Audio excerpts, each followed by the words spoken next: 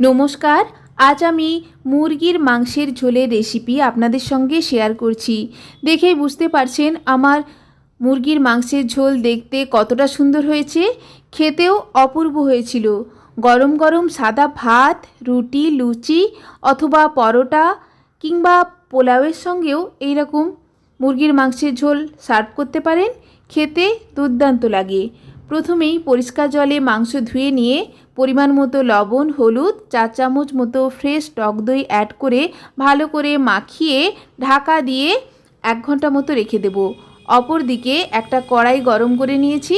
একটা তেজপাতা, 2টো এলাচ, 3টে মতো লবঙ্গ, একটা দারুচিনি স্টিক, কয়েকটা গোলমরিচ, গোটা গোলমরিচ ও একটা শুকনো লঙ্কা গ্যাসের ফ্লেমটা লোতে করে হালকা করে ভেজে নিচ্ছি। ভাজা হয়ে গেলে মিক্সার গ্রাইন্ডারে নিয়ে নিয়েছি। অ্যাড করছি 1 চামচ মতো গোটা ধনে, 1 চামচের একটু কম পরিমাণ গোটা জিরে গুঁড়ো করে নিয়েছি। অ্যাড করছি পরিমাণ মতো আদা, সামান্য একটু জল অ্যাড করে বেটে নেব। অপর দিকে কড়াইতে আবারও পরিমাণ মতো সর্ষের তেল দিয়ে তেল গরম হলে সামান্য একটু পরিমাণ লবণ অ্যাড করে দিয়েছি। মাংসে দেওয়ার জন্য আলু কেটে নিয়েছিলাম, সেই কাটা আলু অ্যাড করে তেলের উপর হালকা করে ভেজে নিচ্ছি। দেখুন হালকা একটা রং ধরে এসছে। ভালো করে ভেজে প্লেটে তুলে নিচ্ছি। আবারও আলু ভাজা তেলের সঙ্গে আরও এক্সট্রা তেল অ্যাড করে তেল গরম হলে 3টে মিডিয়াম সাইজের কোচানো পেঁয়াজ পরিমাণ মতো লবণ অ্যাড করে ভেজে নিচ্ছি। লবণ অ্যাড করার ফলে পেঁয়াজ খুব তাড়াতাড়ি সফট হয়ে যাবে। দেখুন পেঁয়াজ ভাজা ভাজা হয়ে এসছে। দিয়ে দেব প্রায় 1 চামচ মতো রসুন বাটা।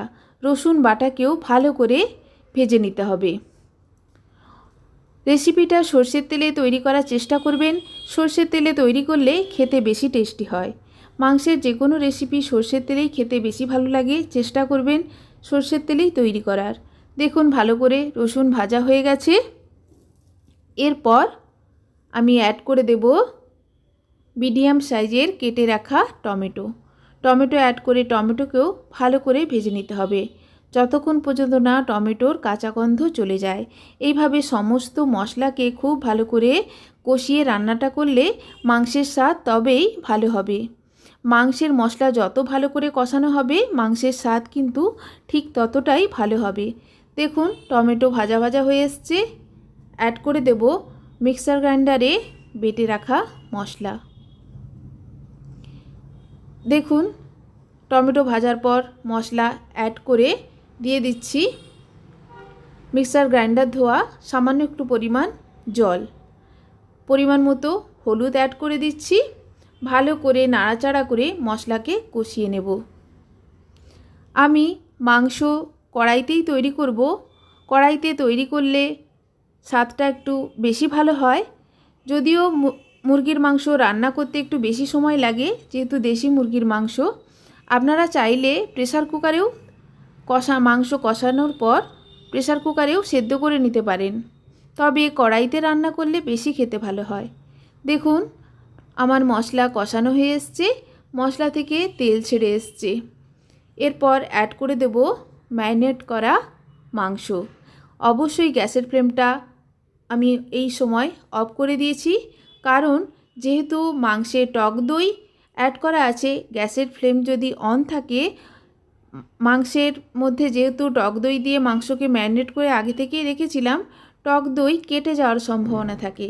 সেই কারণে গ্যাসের ফ্লেম অফ করে মাংস অ্যাড করে মশলার সঙ্গে বারে বারে এইভাবে নাড়াচাড়া করার পর কয়েক সেকেন্ড পর আমি গ্যাসের ফ্লেমটা অন করে আবারও নাড়াচাড়া করে দিয়ে দেব ঢাকা। ঢাকা দিয়ে মিনিট 2 আমি রেখে দেব গ্যাসের ফ্লেমটা লো অবস্থাতে।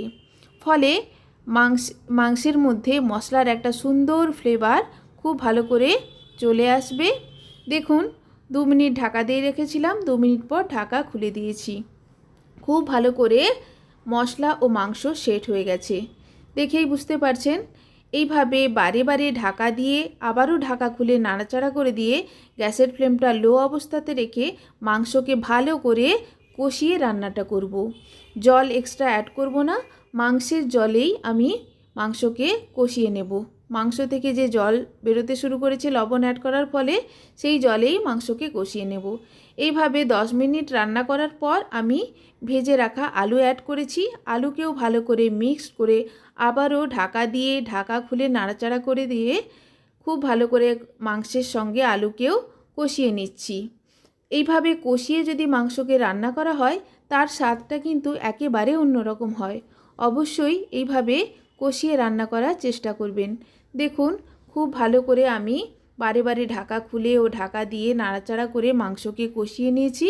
প্রায় 40 মিনিট সময় ধরে আমি মুরগির মাংসকে এইভাবে কষিয়ে নিয়েছি। এইভাবে 40 মিনিট কষানোর পর আমি অ্যাড করে দিচ্ছি গরম জল। পরিমাণ মতো গরম জল অ্যাড করছি। এই পর্যায়ে মাংস প্রায় 70% মতো আমার সেদ্ধ হয়ে গেছে। জল অ্যাড করে ভালো করে জল মিক্সড করে ওপর থেকে দিয়ে দিচ্ছি সামান্য একটু পরিমাণ লবণ। লবণ ভালো করে মিক্সড করে দিয়ে ঢাকা দিয়ে আমি মাংস সেদ্ধ করে নেব। টোটাল 1 ঘন্টা 10 মিনিটে আমি মাংসটা রেডি করেছি। 1 ঘন্টা 10 মিনিট সময় লেগেছে মাংস সেদ্ধ হতে টোটাল।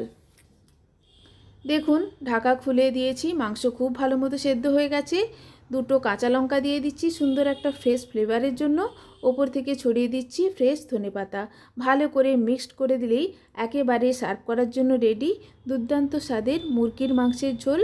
অবশ্যই রেসিপিটা ট্রাই করবেন। গরম গরম সাদা ভাতের সঙ্গে আমি সার্ভ করছি। ধন্যবাদ।